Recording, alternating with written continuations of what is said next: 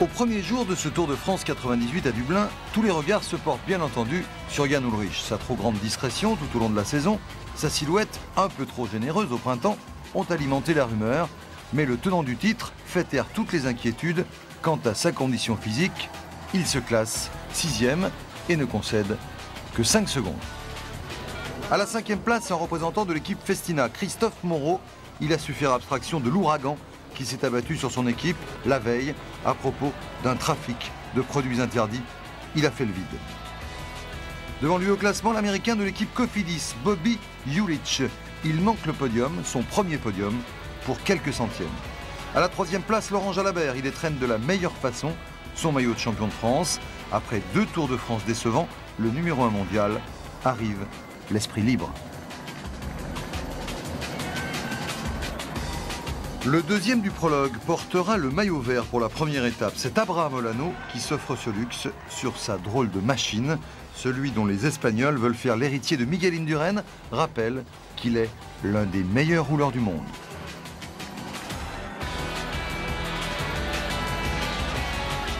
Ce prologue, c'est l'objet des rêves de Chris Boardman pendant toute l'année. Fidèle à son rendez-vous en 97, Chris l'est aussi cette année.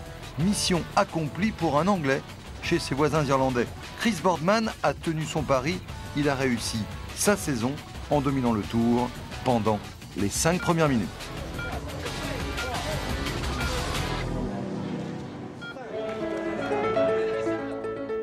Atmosphère de 5 dernières minutes en revanche, depuis la veille du prologue. Des produits dopants découverts dans la voiture de Festina, un soigneur en prison, un directeur sportif et un médecin incarcéré. L'équipe Festina sera exclue. Tempête sur le Tour de France.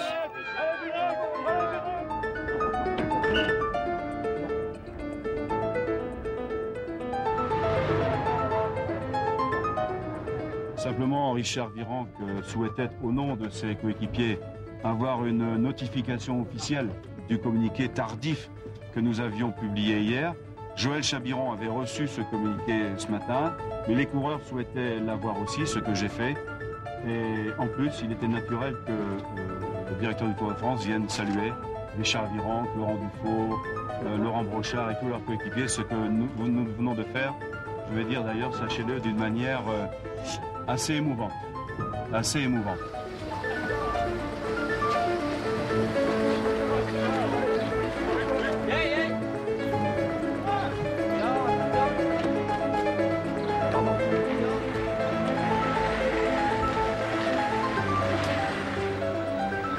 Une chape de plomb s'abat sur le Tour, elle lui donnera une tonalité très particulière. Mais nous retournons en Irlande, où là, on a retrouvé le sourire.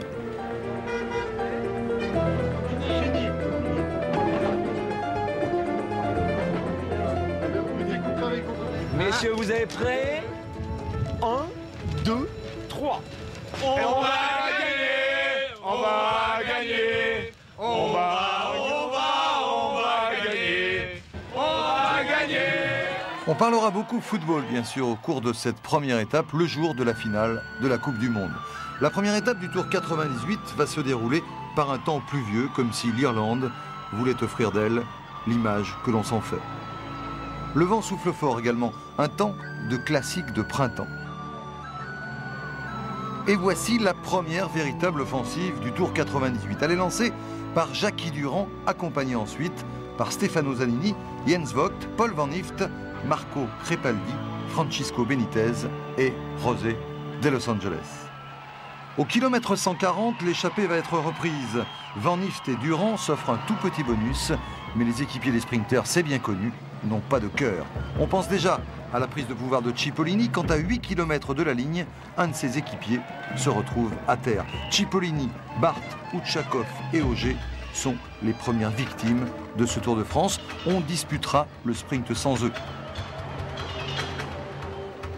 À 100 mètres de la ligne, c'est Zabel qui est le mieux placé, mais le champion de Belgique Tom Steels le déborde dans les derniers mètres.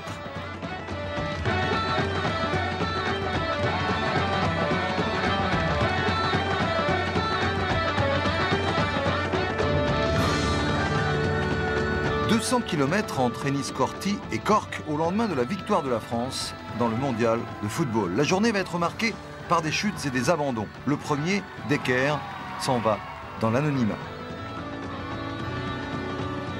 Le second, lui, va jeter un grand froid sur le tour. On devine une chute à droite de l'écran.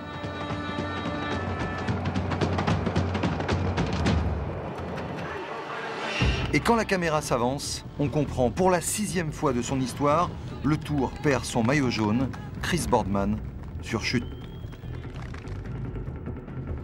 Chute encore à 20 km de l'arrivée.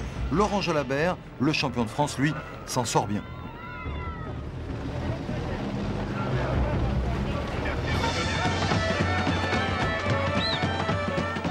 Dans le sprint final, on évitera la chute. Zabel manque encore la victoire, remportée cette fois-ci par Zvorada, mais l'Allemand porte pour la première fois le maillot jaune grâce au jeu des bonifications et cela suffit amplement à son bonheur. Et dans un instant, nous retrouverons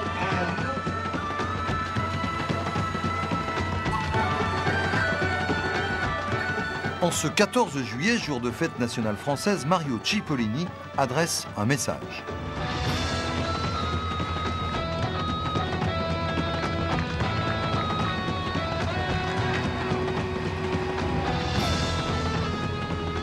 La France que l'on retrouve entre Roscoff et Lorient dans une Bretagne enthousiaste, heureuse de rappeler qu'elle est une véritable terre de cyclisme. À 125 km de l'arrivée, ils sont 9 en tête. Hamburger, Chanteur, Jean, O'Grady, Epner, Hervé, Garcia Acosta, Cabello et Incapi. Ils allient fort bien leurs efforts et Hamburger s'offre quelques secondes de bonification. L'étape, elle, reviendra à Epner, malgré la belle résistance du Français Jean. Mais le plus fort en calcul, c'était bien Hamburger. Avec 2 secondes d'avance, il s'offre le maillot jaune.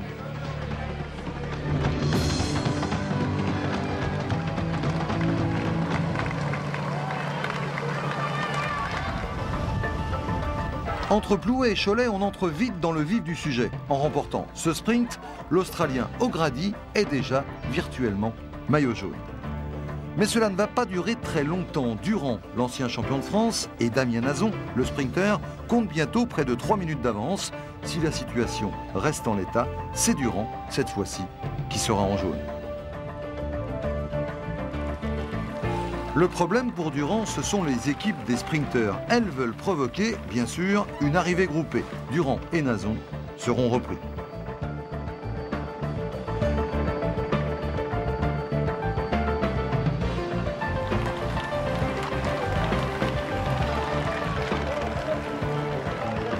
Paradoxe, à 4 km de la ligne, Cipollini est à nouveau privé de sprint. C'est Joren Bleijlevens qui va profiter de l'absence du patron.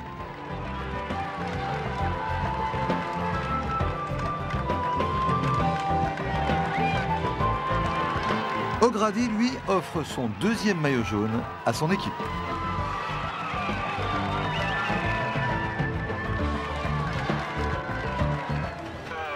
Sale temps pour la 5e étape du Tour 98 et première frayeur pour le maillot jaune. Il chute au kilomètre 90 sans gravité. Est-ce que vous avez la chute à l'avant ou à l'arrière et dans la chute?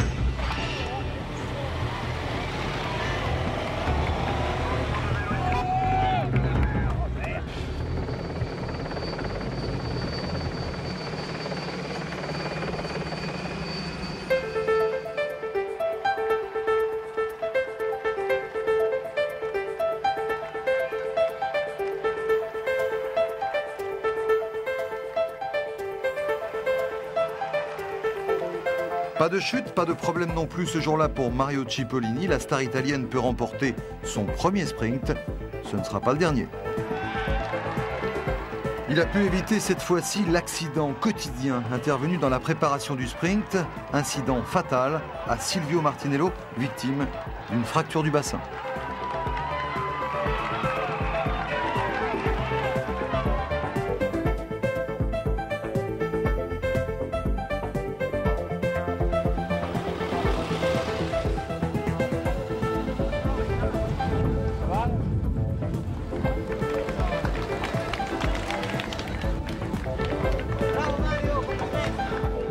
En 1997, Cédric Vasseur avait remporté l'étape de la Châtre, où il avait pris le maillot jaune. Ce jour-là, l'étape part de la Châtre et Cédric Vasseur remet ça. Cédric Vasseur rattrapé par Siandri et Rodriguez.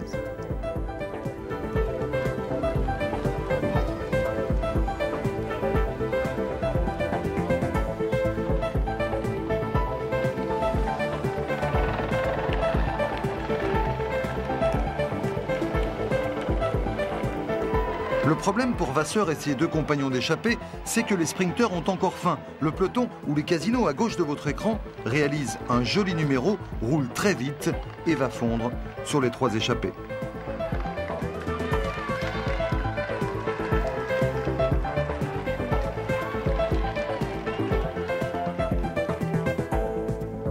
Les équipiers de Zabel et de Cipollini préparent le terrain, impossible d'attaquer dans le final. Cipollini en rouge peut à nouveau entrer en scène et de 2 pour Super Mario.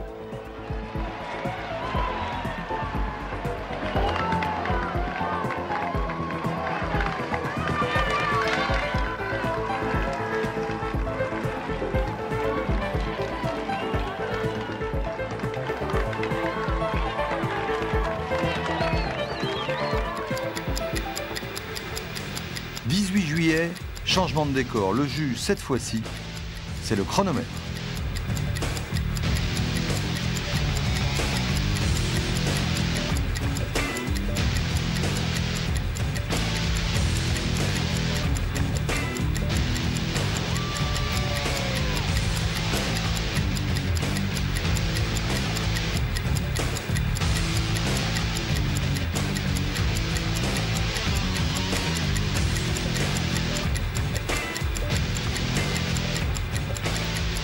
Une seule certitude, ce ne sera pas le jour des grimpeurs. Marco Pantani, par exemple, va perdre 4 minutes 21 et se classer 33e.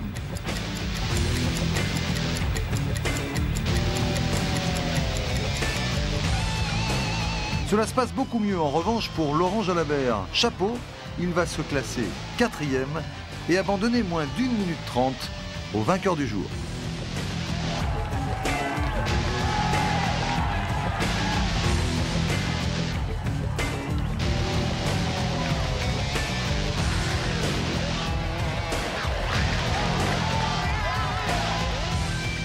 On sait l'Américain Bobby Julich très à l'aise en montagne, mais il l'est aussi dans les contre-la-montre. Il se classe 3e de l'étape et occupe la même position au classement général.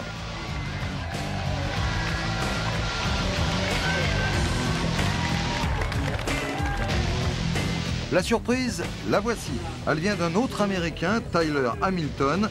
On a longtemps cru qu'il allait remporter l'étape.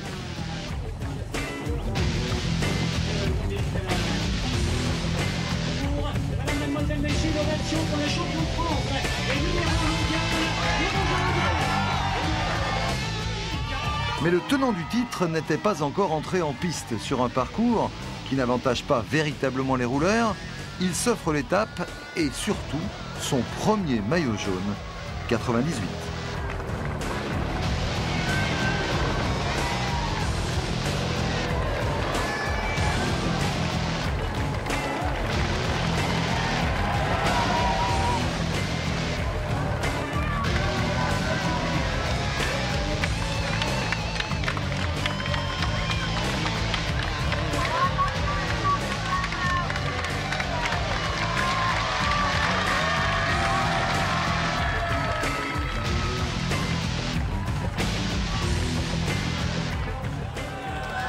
Ce soir-là, à Corrèze, le président de la République et son épouse, élus du département, pensent sans doute, comme Jean-Claude Killy, que Jan Ullrich va gagner son 2e Tour de France.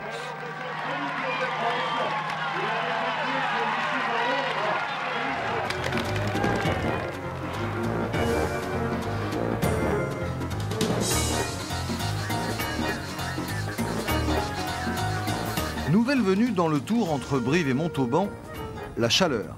Pour passer à l'offensive ce jour-là, il faut du courage, beaucoup de courage. Et Jackie Durand n'en manque pas. Il porte déjà le dossard rouge du plus combatif. Échappé de la première heure, il sera rejoint par Guédon, Desbiens et Laoka, puis par Sacchi et Mazzoleni.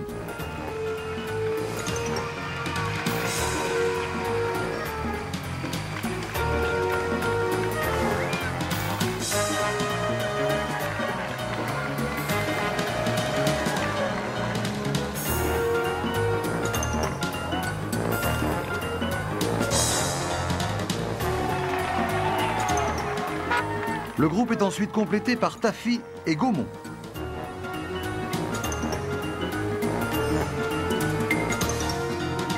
Assommés par la chaleur, les télécoms ont renoncé au sprint. Les échappés vont donc s'expliquer entre eux.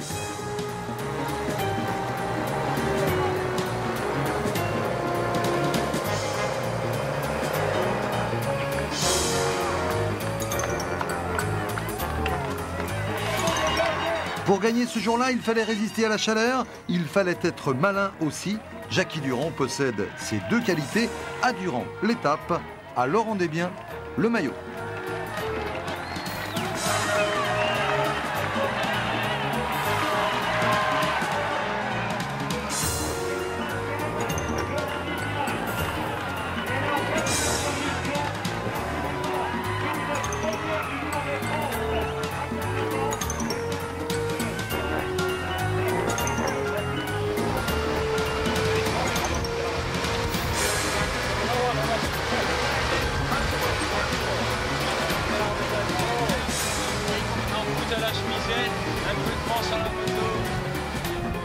Montauban-Pau, ce sera donc la première journée en jaune pour Laurent Desbiens, une journée qui sera belle et animée.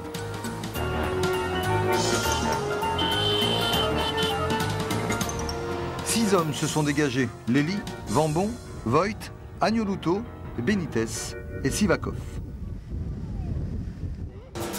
L'abandon surprise de Cipollini symbolise peut-être le désintérêt des sprinteurs à la veille de la première grande étape des Pyrénées.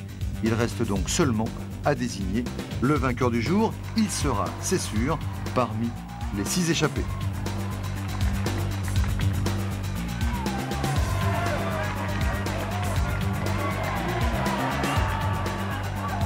Jens Voigt a lancé le sprint, mais il est battu de quelques millimètres par le néerlandais Vambon.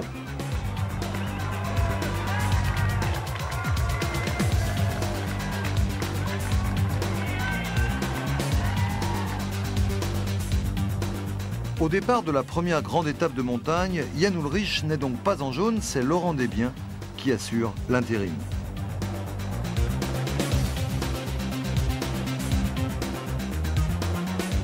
Et contrairement aux apparences, Cédric Vasseur n'est pas le premier attaquant du jour. Il revient sur l'Italien Roccioli. Roccioli passé à l'offensive dès le kilomètre 19.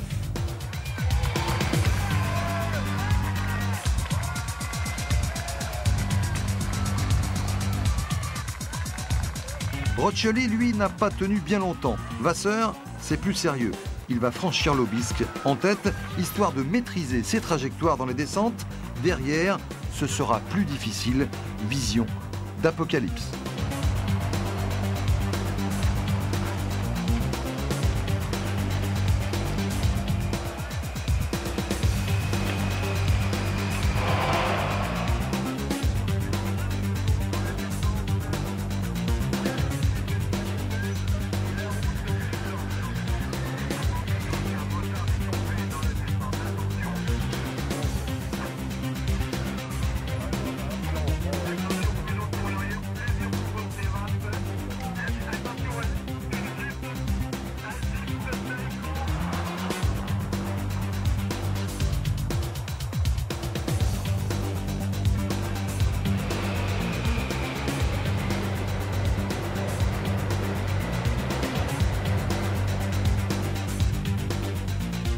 Cédric Vasseur repris par Massy et Elie, c'est une nouvelle course qui commence. Derrière Vasseur et les deux, Rinero et Agnolouto se sont intercalés. Christophe Rinero qui rappelle qu'il faudra compter sur lui dans la montagne.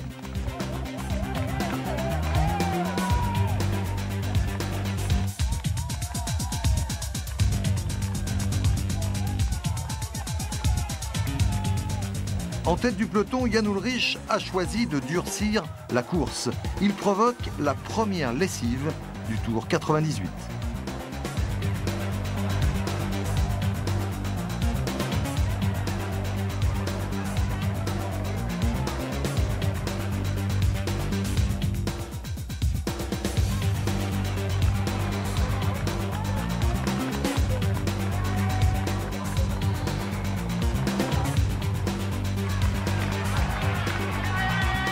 Ulrich a fait le ménage, Pantani peut entrer en action. Nous sommes dans la dernière difficulté du jour, le col de Peyresourde. Pantani est parti.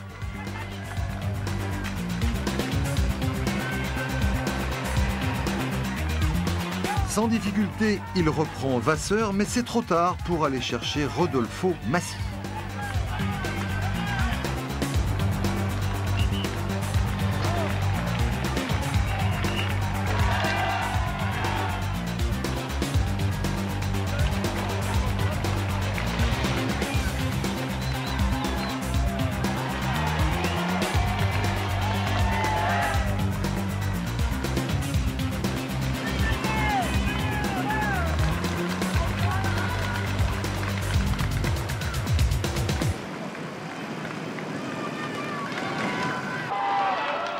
Rodolfo Massi va donc remporter l'étape et s'offrir le maillot à pois, tandis que Pantani, lui, va grappiller quelques secondes au classement général. Après tout, cela peut servir un jour prochain.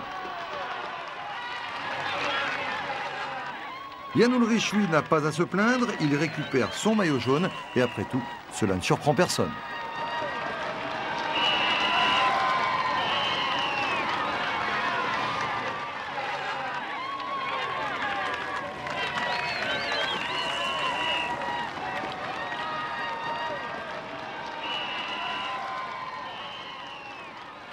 L'étape qui nous emmène au sommet du plateau de Beille emprunte le porté d'aspect où le peloton met pied à terre. 3 ans plus tôt, Fabio Casartelli y a perdu la vie. Les coureurs ont de la mémoire.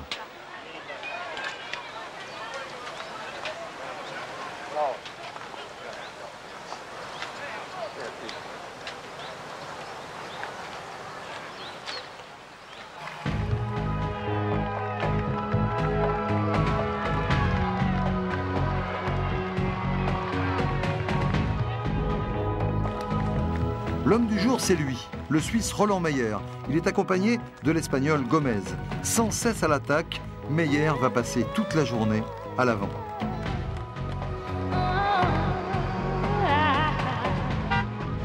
Et quand Meyer assure le spectacle, il assure le spectacle.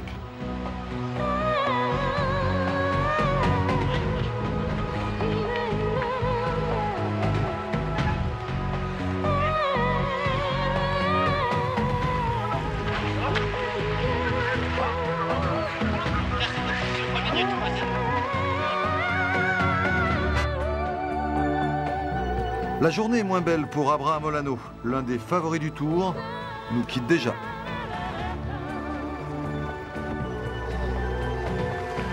Le peloton roule vite, roule très vite, mais devant, à toute vapeur, Meyer est encore là.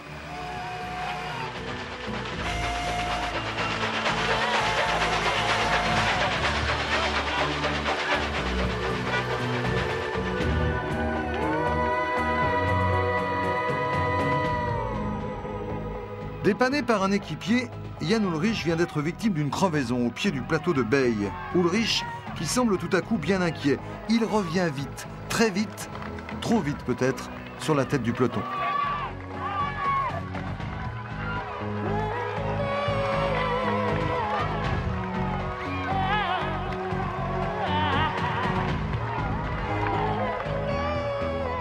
Ullrich est de retour quand Pantani place son attaque du jour. Comme d'habitude, il n'y a rien à faire contre l'envolée de l'Elefantino.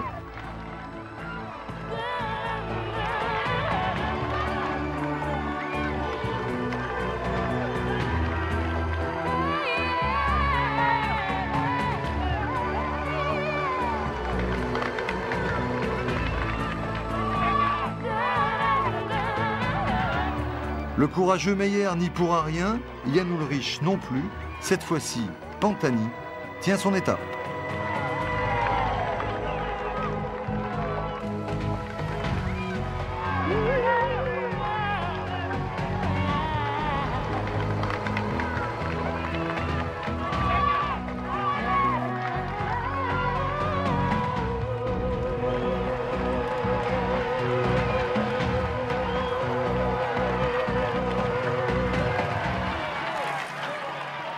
Meyer, heureusement, se classe deuxième. Ulrich, un peu en difficulté dans le final, ne va perdre que quelques secondes sur ceux que l'on considère alors comme ses principaux adversaires. Pas de quoi tout de même faire la grimace.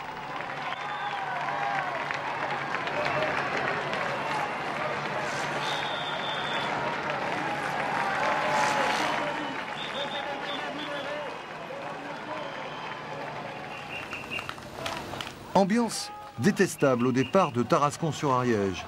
Les coureurs sont exaspérés, disent-ils, par le traitement qu'ils subissent à propos des affaires de dopage. Pendant 2 heures, ils refusent de prendre le départ.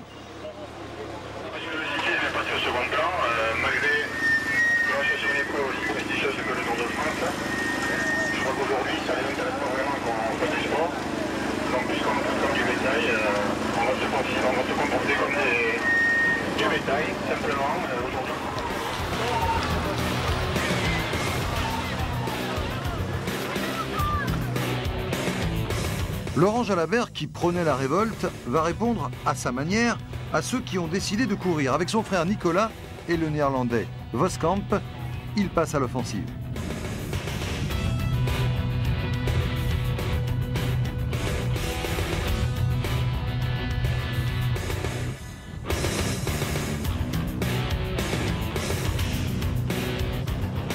Jalabert se doute bien que sa présence gêne à l'avant. Ulrich, d'ailleurs, fait donner sa garde.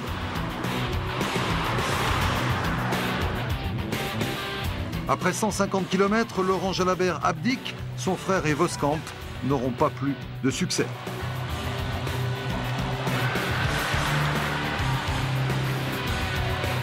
Pas de succès non plus pour l'échappée de Jackie Durand dans le final. Il va être repris à 300 mètres de la ligne d'arrivée.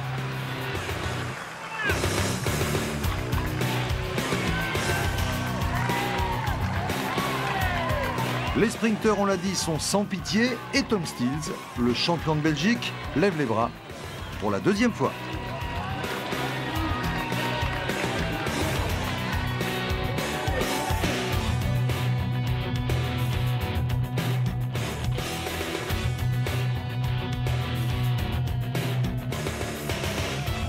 Entre Frontignan et Carpentras, à 2 jours de la grande étape des Alpes, il y a ceux qui ont déjà la tête ailleurs et puis il y a les autres, ceux qui savent que c'est aujourd'hui ou jamais.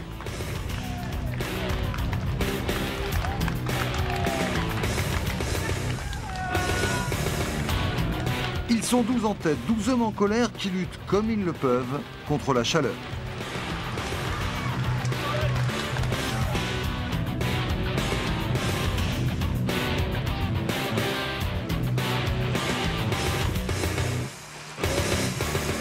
Après Gordes, l'échappée a éclaté, mais Andrea Taffi, le champion d'Italie, veut favoriser le retour de son équipier Nardello. C'est assez bien joué.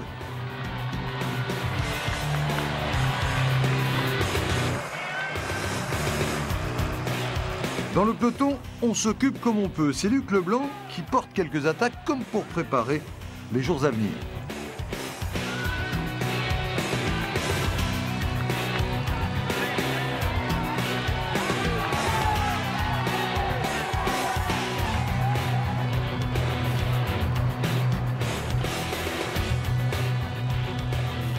À l'avant, la suite des événements va donner raison à Taffi. C'est bien son copain Nardello qui sera le plus rapide à Carpentras.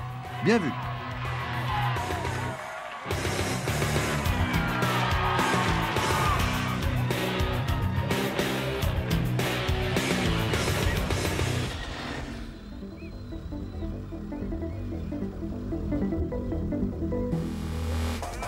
Encore une course de mouvement entre Valréas et Grenoble.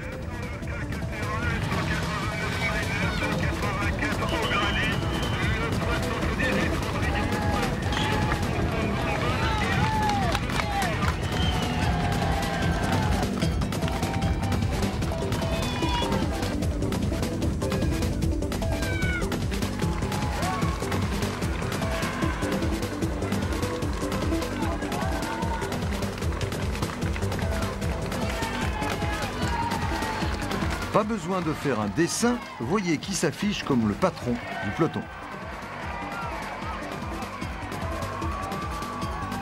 Tout cela ont en tête la grande étape des Alpes programmée le lendemain. Le peloton se désintéresse presque de Desbiens, O'Grady, Vanbon, Rodriguez, Calcaterra, Maynard Nielsen. Et c'est O'Grady qui remporte l'étape devant Calcaterra, un peu chahuteur sur ce coup-là.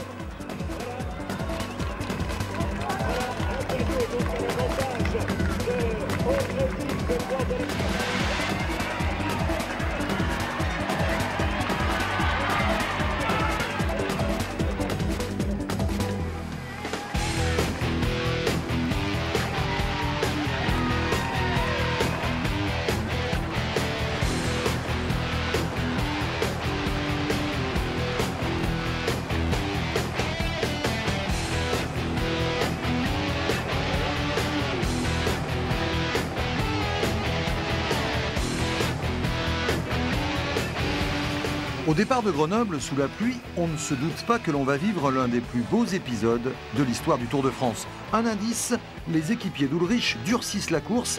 Ils pensent sans doute que le tenant du titre va assurer le doublé dès aujourd'hui.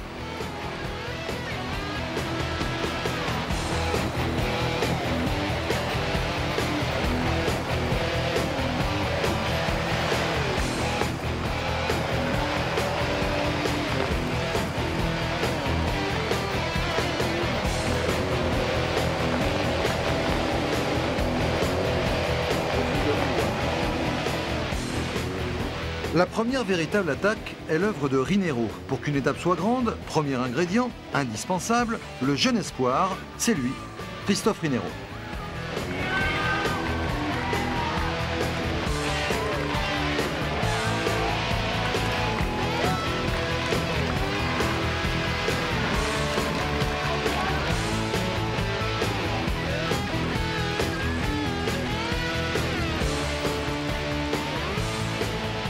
Au cœur du peloton, un incident qui aurait pu changer la face du Tour. Sur la gauche de la route, Marco Pantani chute, mais il repart.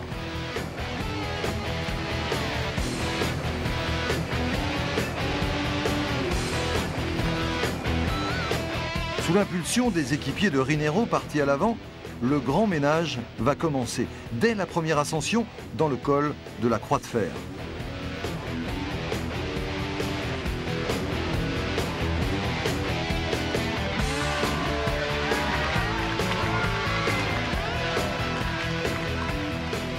Au sommet, Rodolfo Massi consolide son maillot à pois. Le temps est exécrable. On annonce 4 degrés au sommet du Galibier. Le décor est planté pour une étape de légende.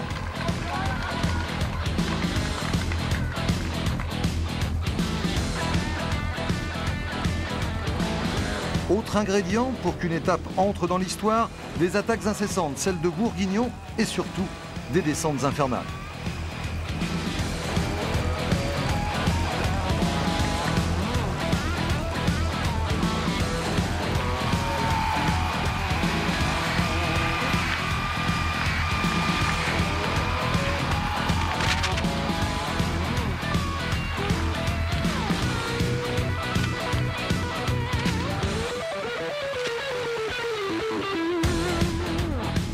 Dans le col du Télégraphe, Christophe Rinero a reçu du renfort. Massi, Serrano, Siandri, Bourguignon et Faradine accompagnent le coureur de Cofidis.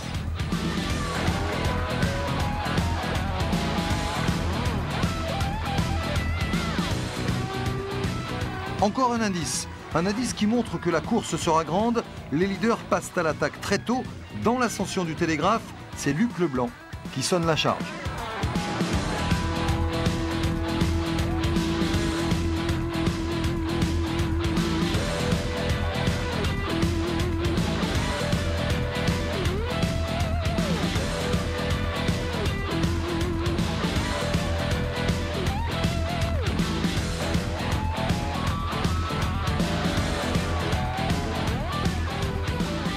Autre élément d'un scénario de légende, les défaillances. La première victime s'appelle Laurent Jalabert.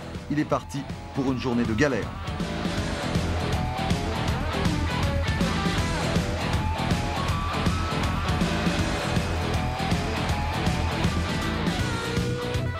Autre rythme, autre destin. À l'avant, les attaques se multiplient comme si tous savaient déjà que Jan Ullrich est un peu fragile ce jour-là. Jiménez, pour les Banesto, se lance aussi dans l'entreprise de déstabilisation. Meyer encore, Leblanc toujours, les grimpeurs ne tiennent pas en place.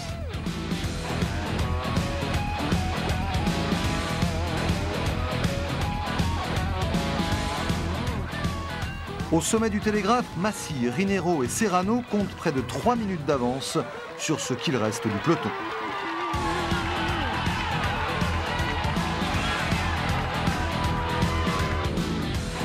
Nous sommes à 65 km de l'arrivée et il faut encore escalader le Galibier et la montée vers les Deux Alpes.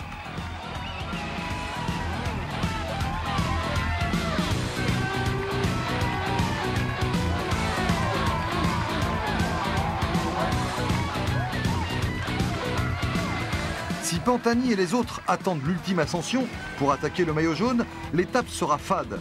Mais dès le pied du Galibier, on est fixé. Leblanc, Escartine, Bogart attaquent à nouveau. Ce sera un grand jour, c'est sûr. Jan Ullrich, cette fois-ci, est condamné à se découvrir. Ses équipiers ont le souffle court. Le maillot jaune doit faire l'effort lui-même.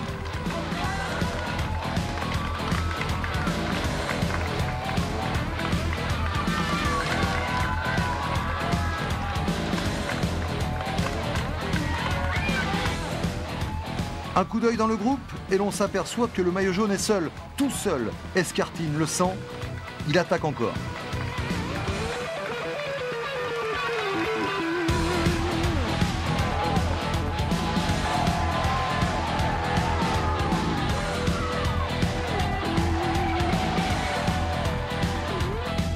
Admirable Luc Leblanc qui remet ça pour la 4e fois.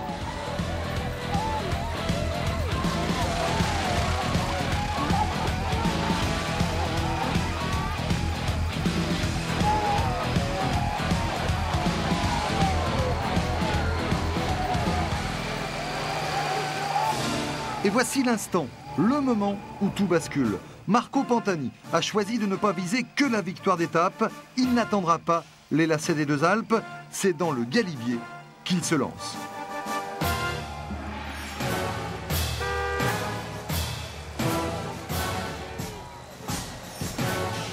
Un coup de poker, tout devient possible à plus de 50 km de l'arrivée avec une fois encore Luc Leblanc dans le bon coup.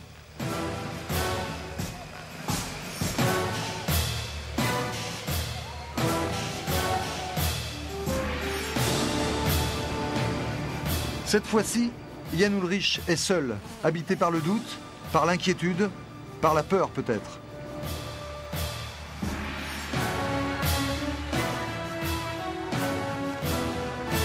Devant, Pantani poursuit son raid. Escartine le voit passer comme le TGV.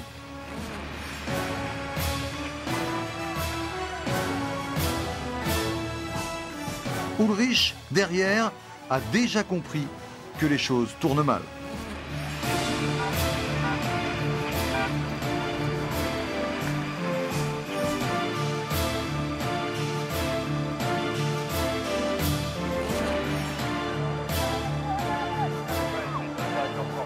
Et pour ajouter encore au panache, Christophe Rinero, le Français, choisit de partir seul, comme pour retarder le retour de Pantani, du panache, encore du panache.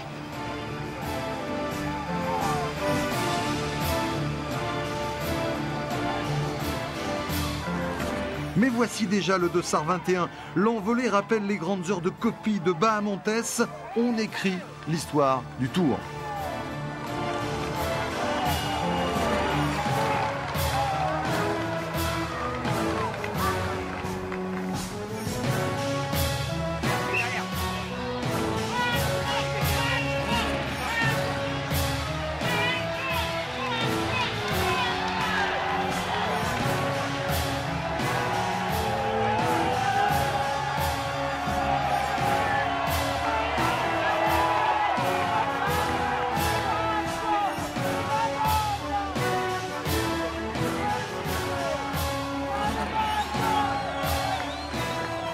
Au sommet du Galibier, Pantani est lucide. Il abandonne quelques secondes pour revêtir un imperméable.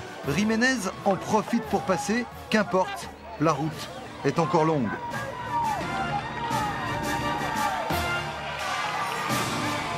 Christophe Rinero résiste encore, Luc Leblanc aussi, mais pour Ulrich, l'addition reste encore raisonnable. 1 minute et 13 secondes de retard au sommet du Galibier.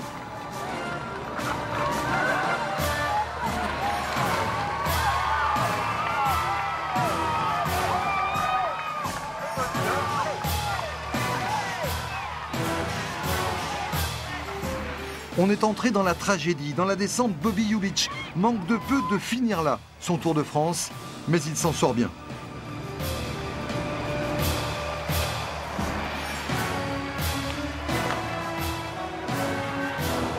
Encore un incident, encore un rebondissement, le maillot jaune crève dans la descente.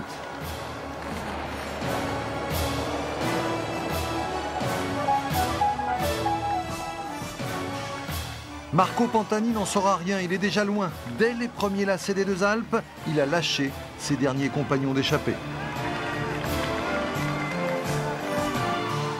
Julich, l'Américain, a attaqué à son tour pour se rapprocher de la première place du classement général ou de la deuxième si Pantani poursuit son numéro.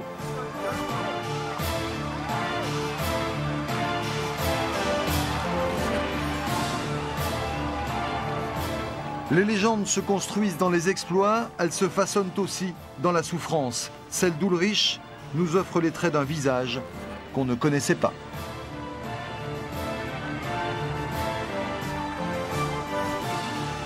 Pantani va en terminer, Ulrich est encore à 5 km de l'arrivée. Les écarts, c'est sûr, seront énormes.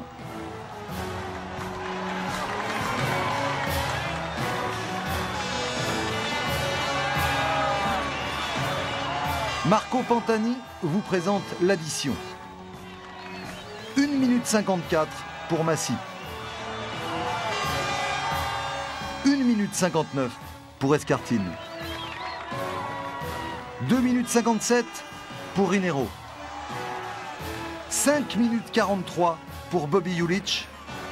8 minutes 57 pour Jan Ullrich. Jan Ullrich n'oubliera jamais, nous non plus. Pantani est en jaune avec 5 minutes 56 d'avance sur Ullrich. Ils n'étaient pas nombreux à avoir parié cela le matin.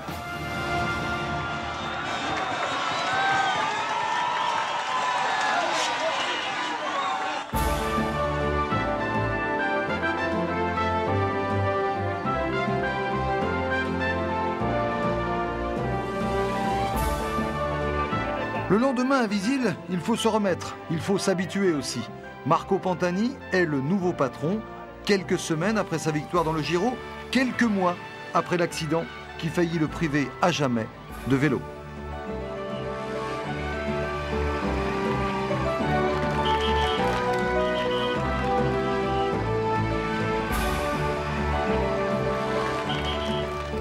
Dans cette deuxième étape alpestre, les attaquants ne sont pas rassasiés. Stefanello est revenu sur Roscioli, l'attaquant sans surprise de la première heure. Teteriuk et Aldag sont là aussi.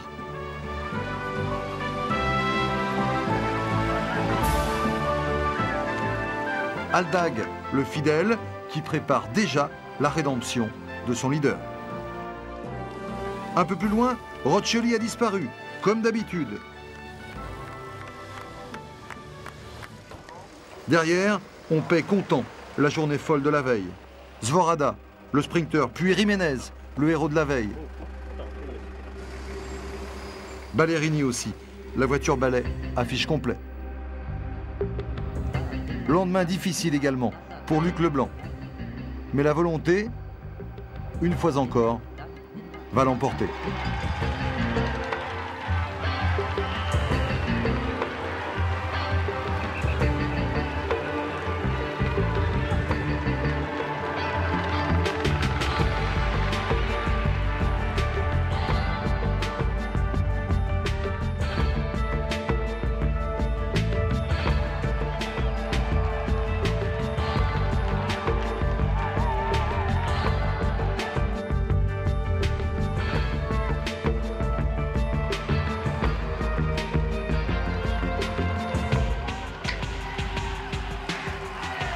Dans le col du Cucheron, les trois sont toujours devant et dans la descente. Heureusement pour Teteriuk, les bas-côtés sont confortables.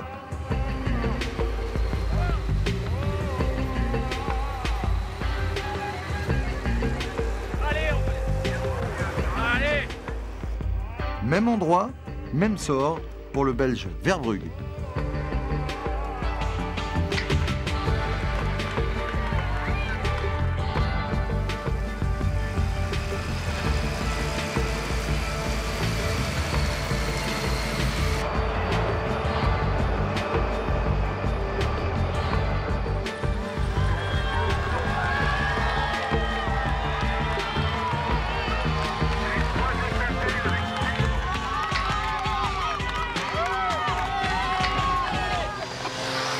C'est de plus en plus dur pour l'Allemand Rolf Aldag. La voie est libre pour Stefanello. Stefanello qui va passer en tête les 4 premiers cols de la journée.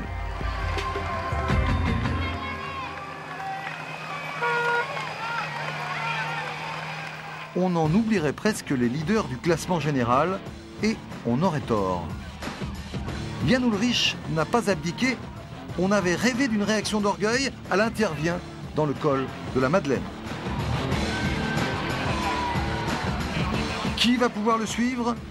Marco Pantani, bien sûr.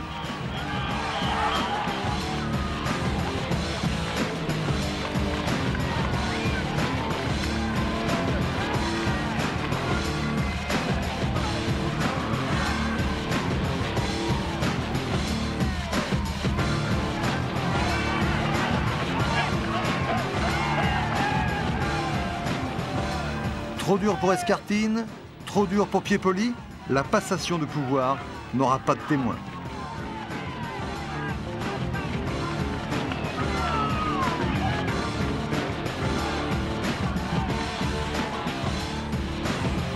Un dernier sacrifice pour Rolf Aldag, un dernier regard pour Stefanello, mais Ullrich et Pantani sont seuls.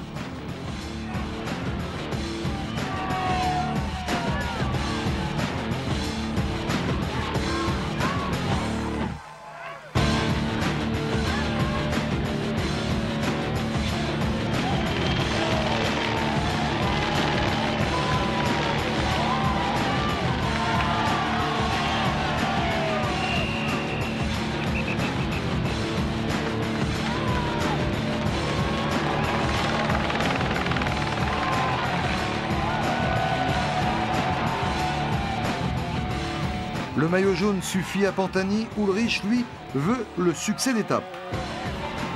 Derrière, on fait de la résistance. Ils sont battus, mais héroïques, comme Axel Merckx. Eddy peut être fier.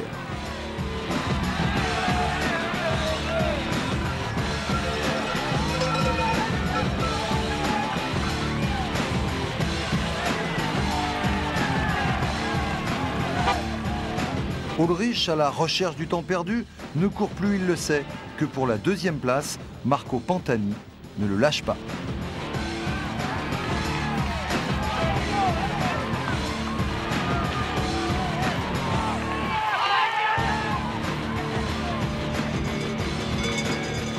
La journée est plus cruelle pour Luc Leblanc. Il abandonne 21 minutes. Il avait tout donné la veille vers les 2 Alpes. Il reste à se disputer l'arrivée. Elle est offerte à Ullrich et c'est moral. L'Allemand revient à la 3e place du général, à 14 secondes de Jülich. Mission accomplie.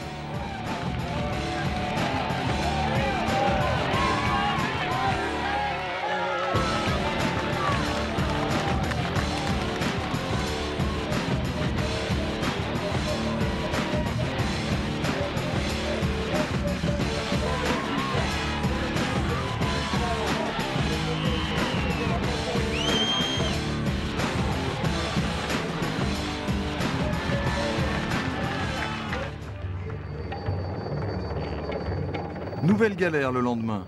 Le Tour perd ses couleurs. Le dopage et ses affaires nous poursuivent encore. Malentendus, colère. Les coureurs réclament un autre traitement.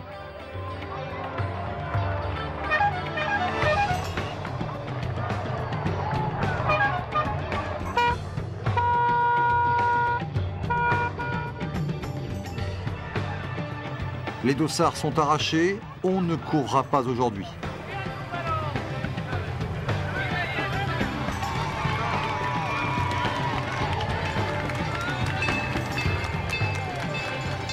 Plus grave encore, la décision de Laurent Jalabert. Pour les Banesto, pour les Once, pour les Scotti, le tour s'arrête là, le tour vacille.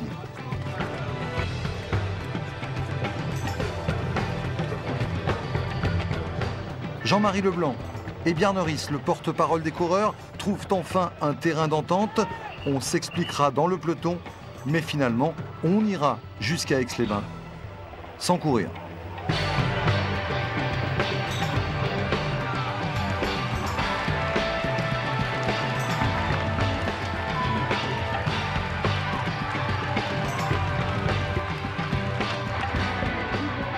Le lendemain, les Kelmé, les Vitalicio et Luc Leblanc manqueront également à l'appel.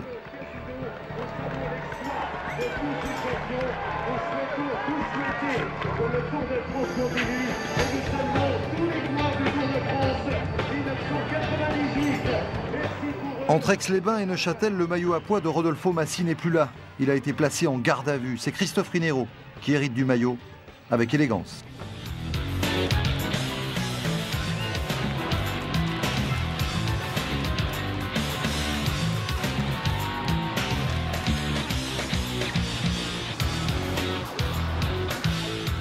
On est enfin reparti sur la route de la Suisse et l'on retrouve encore Cédric Vasseur à l'avant.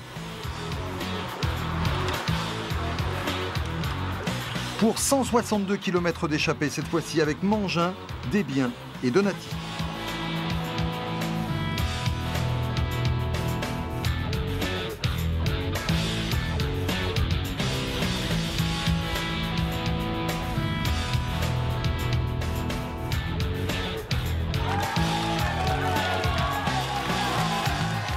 Dommage pour ces quatre-là, mais les sprinteurs ont retrouvé de l'appétit, malgré le vent, malgré les éventails.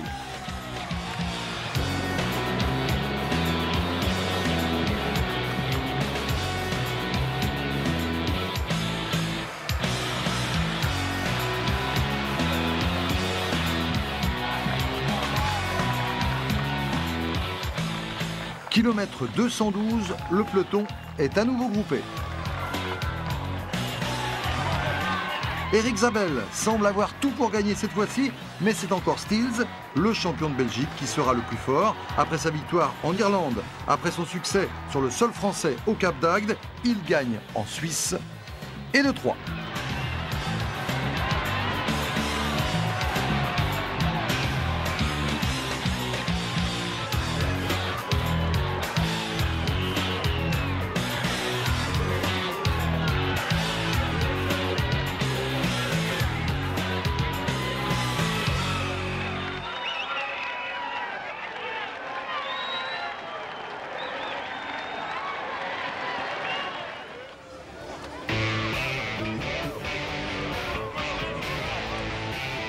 Le retour vers la France se fait en direction d'Autun. Phénomène rare, la première attaque intervient avant même le kilomètre 0. François Simon déclenche les hostilités.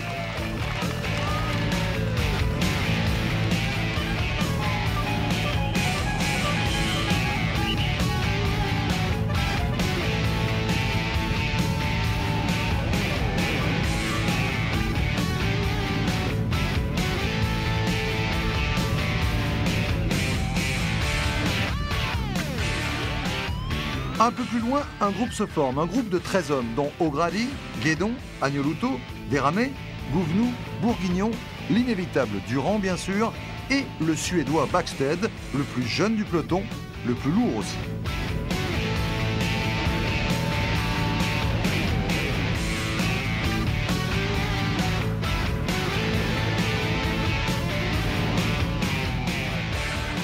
Dernière chance de succès d'étape pour les non-sprinteurs, les télécoms et les mercatones ne semblent pas trop belliqueux aujourd'hui.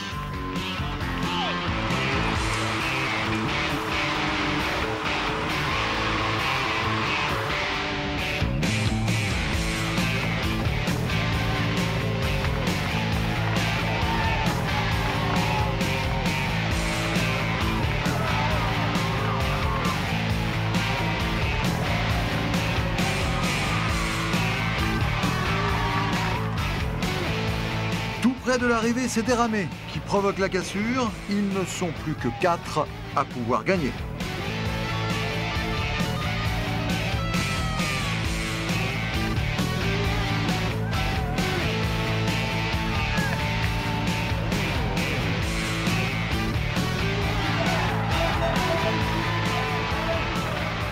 Cette fois-ci, il faut choisir entre Déramé, Denbacker, Mazzolini et Bäckstedt. Ce sera Bäckstedt, le Suédois, à 15 km de là, dans le peloton. Ses équipiers savent déjà, Cédric Vasseur est content.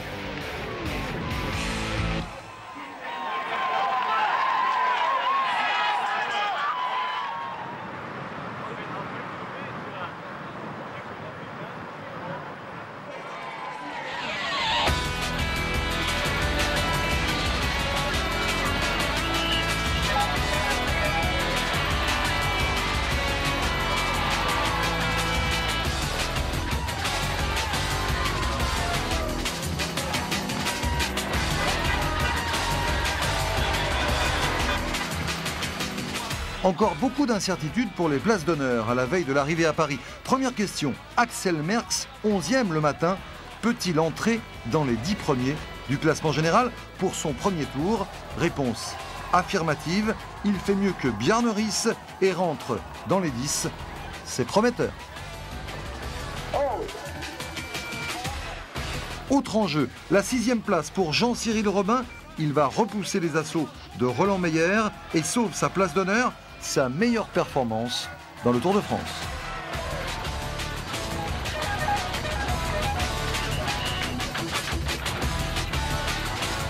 Au départ, la 4e place de Rinero. L'autre Français semble plus fragile. Le Néerlandais Bogert a une réputation de rouleur et le talonne à 4 secondes seulement au classement général. Mais le porteur du maillot à pois prouve qu'il termine dans un bel état de fraîcheur. Il s'accroche à sa 4e place.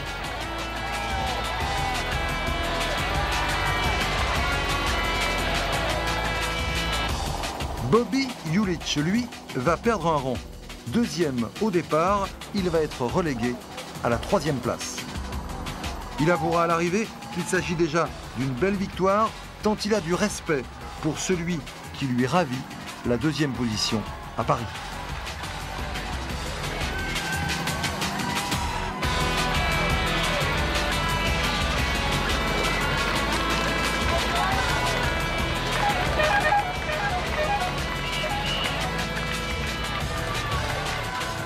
Le 2e à Paris, c'est lui bien sûr, Jan Ullrich, tenant du titre, déjà 2e en 96, il va remporter sa 3e étape dans le Tour 98.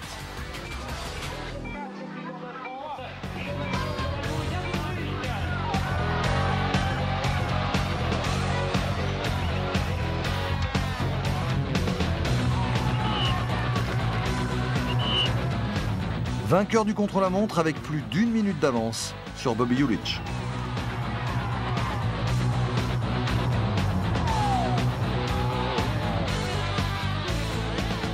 En 52 km, Pantani n'aura perdu que 2 minutes et 35 secondes. 30 secondes aux 10 km, exactement ce qu'il avait prévu.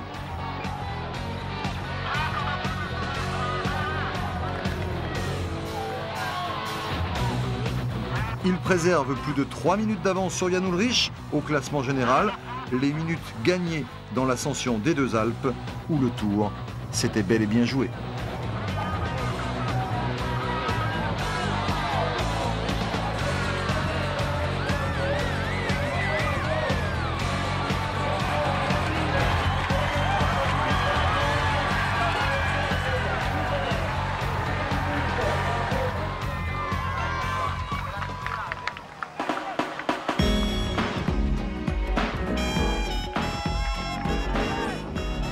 C'est jour de fête sur le Tour pour l'ultime étape qui nous emmène aux Champs-Élysées.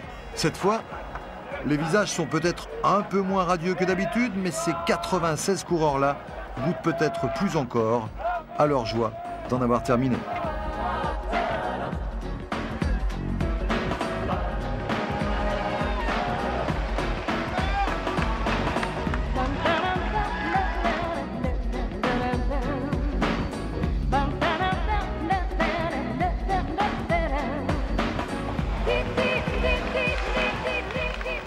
que Paris apparaisse au loin pour que la course se lance. C'est Pascal Chanteur qui montre la voie.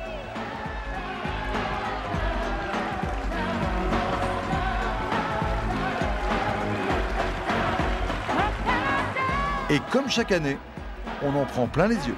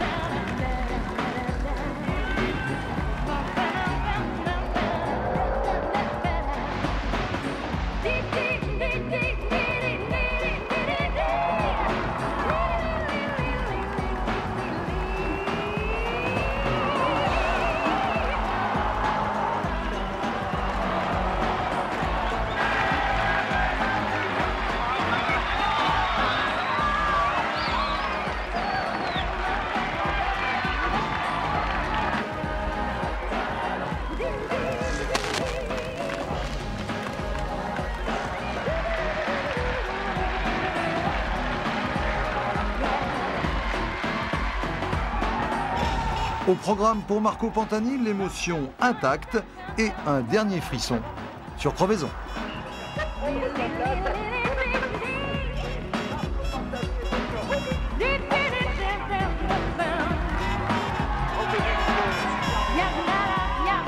À l'avant, Stéphane Hellot a la bonne idée de se montrer encore en belle compagnie avec Ekimov. Mais la tradition veut qu'on en termine au sprint sur les Champs-Élysées. Tous les regards se portent alors sur Erik Zabel, maillot vert sans victoire. Mais c'est encore le maillot de champion de Belgique qui va couper la ligne en premier. 4e victoire pour Tom Stills.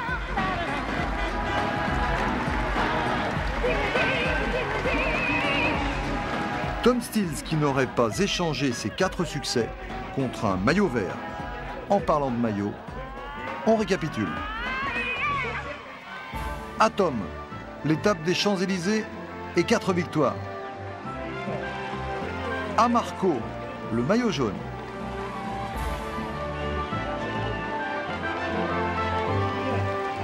À Eric, le maillot vert. À Christophe, le maillot à pois. À Yann, le classement des jeunes.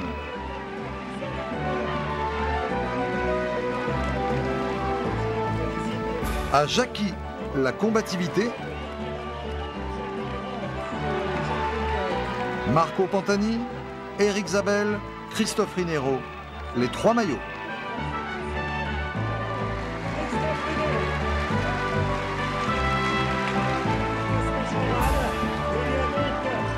Au Cofidis, le trophée par équipe.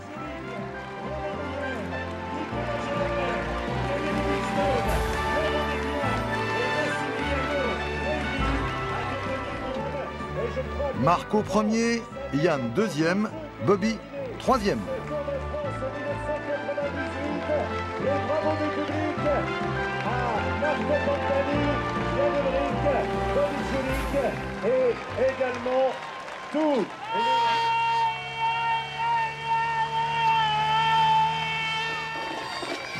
Ce tour 98 aurait été mouvementé, mais le public, lui, a apprécié.